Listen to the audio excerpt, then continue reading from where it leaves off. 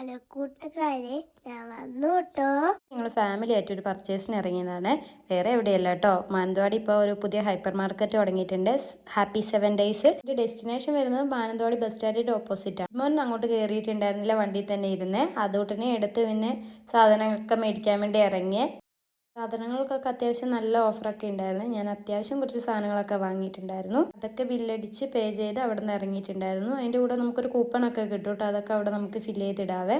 അങ്ങനെ വരുന്ന വഴിക്ക് ചെപ്പാലത്ത് ഇറങ്ങിയിട്ടുണ്ടായിരുന്നു ഒരു ചായ കുടിക്കാൻ വേണ്ടിയിട്ട്. ഞങ്ങളൊരു സീറ്റിൽ കയറിയിരുന്നു കേട്ടോ. ഇച്ചിരി അത്യാവശ്യം നല്ല പൊക്കമുള്ള സീറ്റാണ്. അപ്പോൾ ഞാൻ അവിടെ ഇരിക്കുന്നതിന് എന്നെ കളിയാക്കിക്കൊണ്ടിരിക്കുക കേട്ടോ. ലാസ്റ്റ് ഞങ്ങൾ അവിടെ ഒരു കസേര കളിയായിരുന്നു. പിന്നെ അവരങ്ങോട്ട് മാറിയിരുന്നേ.